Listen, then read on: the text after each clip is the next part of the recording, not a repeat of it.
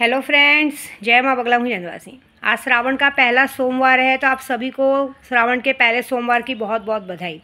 हम यूपी वालों के लिए तो आज का दिन बहुत बड़ा और बहुत मेन रहता है।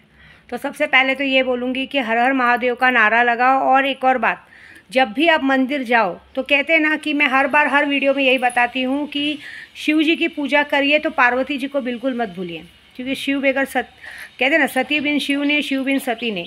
तो कहते हैं कि जब भी आप हर सोमवार को पूजा करने जब जाते हैं, हमारे यूपी में तो शाम को 4 बजे जाया जाता है भगवान की पूजा करने। तो इसमें ऐसा होता है कि माँ को सिंदूर चुंदरी भी साथ में चढ़ाई जाती है, क्योंकि आपने शायद देखा नहीं, शिवलिंग के जो बाजू में जो आकार रहता है वो माँ पार्वती रहती हैं ठीक है, और अशोक सुंदरी रहती है। शिवलिंग में जब शिवलिंग की हम पूजा करते थे, वहाँ उनका पूरा परिवार विराजमान रहता है, ऐसी बात है। तो शिवलिंग की पूजा करते समय शिवलिंग का महत्व समझिए।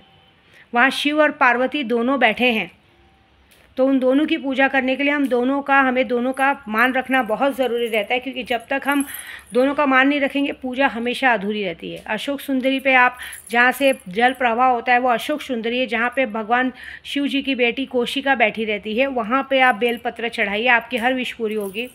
पैसा चाहिए तो गन्ने का रस चढ़ाइए, संतान चाहिए तो कहते हैं ना, कच्चा दूध, पानी और काले तिल से अभिषेक कीजिए, क्योंकि श्रावण के महीने में इस तरह का अभिषेक करने से हमें हर तरह की प्राप्ति होती है।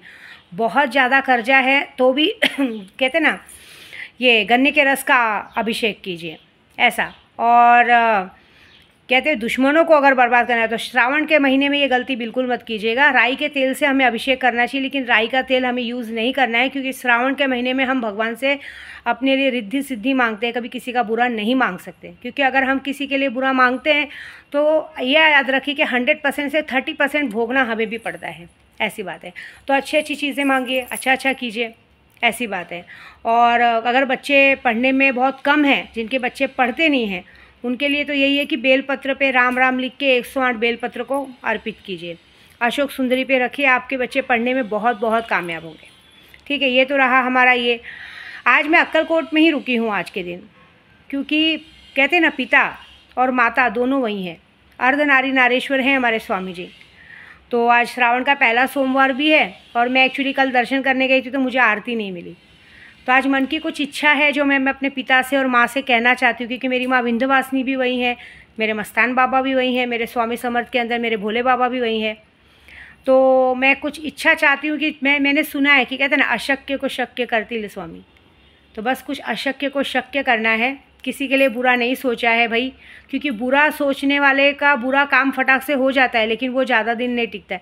आज विद्या देवी खुद कुछ अच्छे काम के लिए बाबा जी की आरती में बैठेगी, अपने स्वामी की आरती में बैठेगी, साक्षात्कार दर्शन करेगी और यही कहेगी कि मैं इस श्रावण के महीने में सबके घर में हरियाली लाओ, सबका घर हरा भरा करो, जिन्हें बच्चे नहीं उन्हें बच्चे का सुख दो, जिनके ऊपर बहुत कर्जा है उनका कर्जा ख़त्म करो, जिन्हें बहुत गंदी बीमारी उनके गंदी बीमारी से दूर करो, जिनके दिमाग कहते हैं ना, जिनके बच्चे दिमाग में सही नहीं है, जो पढ़ने लिखने में कम है, उन्हें वो अच्छा करो, सारी चीज़ें अच्छी करो, सबकी हर घर की हर नेगेटिविटी को दूर करो, साथ में मेरा भी थोड़ा सा भला करो ऐसी बात है। और दूसरा, बहुत इच्छा है, कुछ इच्छा मन में रख के आज बाबा जी अपने स्वामी के सामने आरती में बैठूंगी, क्योंकि मुझे पता है कि उनकी आरती में बैठते हैं तो वो साक्षात्कार दर्शन देते हैं। तो आज विद्या देवी खुद अपने चीज़ के लिए कि आज कुछ इच्छा लेकर आई है, वो इच्छा लेके अपने पिता से जाना चाहती है, ऐसी बात है। तो ये पूजा होगी। और दूसरी बात, मैं आज ब्लेसिंग दूंगी। बहुत सारे जन कहते हैं ब्लेसिंग, तो मैं आज एक नेत्र वशीकरण का ब्लेसिंग दूंगी। नेत्र वशीकरण के लिए पहले मैं 11,000 जप करूंगी, 11,000 जप करके नेत्र वशीकरण दूंगी। आपको सिर्फ और सिर्फ मेरे आँखों में देखना है, उससे आपको आँखों के ज़रिए नेत्र वशीकरण मिलेगा, एक हमजाद वाली शक्ति मिलेगी। नेत्र वशीकरण का मतलब क्या होता है? हमजात की शक्ति। आंखें वहीं टिक जाएंगी। आप देखिएगा, जब आप मेरी आंखों में देखोगे तो कंटिन्यू आपको थोड़ी देर के लिए ऐसे लगेगा कि मेरी आंखों की पुतली रुक गई है, और आपको अपनी शक्ल उसमें दिखाई देगी। तो समझो वो चीज़ परफेक्ट हो गई। उसके बाद आप किसी भी कार्य क्षेत्र में जाइए, आपका काम होगा। कल मैंने सबको गुरु मंत्र दिया है। गुरु मंत्र बहुत पावर में है। जितने लोगों ने किया उन्हें गुरु मंत्र मिल गया, और उन्हें मैं फ़ायदा देने वाली 1-1 लाख रुपए का, या जो भी फ़ायदा हुआ उन्हें 30 साल तक उनके पास पहुँच जाएगा। बस यही। और अभी भी कितने लोग जो चाहते हैं मारण मोहन वशीकरण कराना, अब तो चालू कर सकते हैं। अब तो श्रावण का महीना भी चालू है, अभी अमावस्या आने वाली है बहुत बड़ी, तो उसमें भी काम हो सकता है। लेकिन अभी तो फ़िलहाल मैं जितना काम गुप्त, अभी जो मेन शक्तियों का काम था वो पूरा हो चुका। गुप्त नवरात्रि पूरी हो चुकी, दतिया का काम पूरा हो चुका। अब तो मुझे बस 5 अगस्त का वेट है और विधानसभा के इलेक्शन का ऐसी बात है। तो लोकसभा के इलेक्शन में तो बहुत बड़ी जीत लाई हूँ मैं अपने उद्धव बाला साहब ठाकरे जी की। अब विधानसभा में भी बहुत बड़ी जीत है। एक बात याद रखिए, मैं भले कितनी भी पूजा कर लूँ, लेकिन मेरी डेली नित्य कर्म की पूजा में मैं उनका नाम ज़रूर लेती हूँ और अपने भगवान को यही कहती हूँ कि उनकी जीत में मेरी जीत है, ऐसी बात है। तो बस मेरे लिए तो यही गुरु दक्षिणा है। मैं तो यही गुरु दक्षिणा दे रही हूँ अपने भाई को, मैं अपने बाला साहब ठाकरे को, कि उनको जो गुरु दक्षिणा विद्या देवी दे रही है वो इस दुनिया का कोई भी शिष्य नहीं दे पाएगा। लोकसभा में बहुत बड़ी जीत की है। अब विधानसभा की जीत के पहले जितने लोगों ने उनके बच्चों को नीचा दिखाया ना, उतने लोगों को 5 तारीख को तो ऊपर जाना है। 40 के 40 बागड़ बिल्ले ऊपर जाएंगे, ये मेरा वादा है 5 तारीख को। ये मेरी तरफ से गुरु दक्षिणा है। बाकी बचा सको तो बचा लो। हाँ, कोई मेरे रिलेटिव है, रिश्तेदार हैं फेसबुक पे, आजकल उनको मुझसे बड़ी जलन होने लगी है। उन्होंने क्या कहा है, राम राज्य में रावण राज्य नहीं चलता है। ठीक है, अच्छी बात है, राम राज्य में रावण राज नहीं चलता तो पहले अपनी खुद की माँ को पूछना, क्यों बंगाल की होके हमारे यूपी में शादी करके आने के बाद बंगाल के होके जब देखो अपने बंगाल का जादू करके डेट का कपड़ा, ये कपड़ा अपने ससुर को, अपने जेठ को, सबको खिलाया तो चलता है क्या?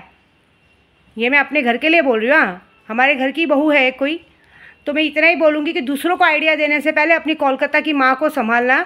मेरे दिमाग में मत लगना, अब तक मैं तेरे तक आई नहीं हूँ, याद रखना। तुम जैसे लोग हम जैसे के घर की कॉपी ही कर सकते हो, सब याद है ना। हम लोग ने कैसे पहना ओढ़ा, हमने क्या किया, वही कर रहे हो कॉपी। और वो कॉपी करने के बाद भी एक बात याद रखना कि तुम हमारी बराबरी कभी नहीं कर सकते, सिर्फ हमारी कॉपी कर सकते हो। तुम जैसे की औकात सीमा पे कॉपी करने की है। और ये बात भी याद रखना कि जिस तरह से कुमाते जैसी औरतों का चैप्टर ख़त्म किया है ना, तुम जैसों का चैप्टर ख़त्म करने में 2 मिनट नहीं लगेगा। ठीक है, ये याद रखो। तो जो तुम्हारे घर में सत्यनारायण की पूजा होती है ना हर पूर्णिमा में, बस उस पर ही ध्यान रखना, मेरे नाद में मत लगना, क्योंकि रावण राज्य तो तुम लोग चला रहे हो। ठीक है ना, कभी दल बदलू, कभी इस पार्टी में कभी उस पार्टी में, खुद बेन पेड्डी के लोटे हो साले, मुझे समझाते हो। तो ये बात याद रखना कि मैं तुम्हारी माँ हूँ, बस इतना ही बोलूँगी, माँ ही हूँ मैं है ना, क्योंकि भाई की बहन तो बुआ होती है और बुआ तो माँ ही होती है। तो बस ये याद रखना कि बाप की बहन से पंगा मत लेना। ऐसी भी हमारे गांव में कहावत है कि हमारे घर की लड़कियों से कोई शादी नहीं करता है। तो एक बात याद रखना, हमने तुम लोगों को पैदा किया है, तुमने हमें पैदा नहीं किया। तो जहाँ से पैदा हुआ वहीं तक रहो, ज़्यादा उड़ने की कोशिश मत करो, नहीं तो वहाँ पहुँचाऊँगी जहाँ से कभी निकल भी नहीं पाओगे। ठीक है, जय माता दी।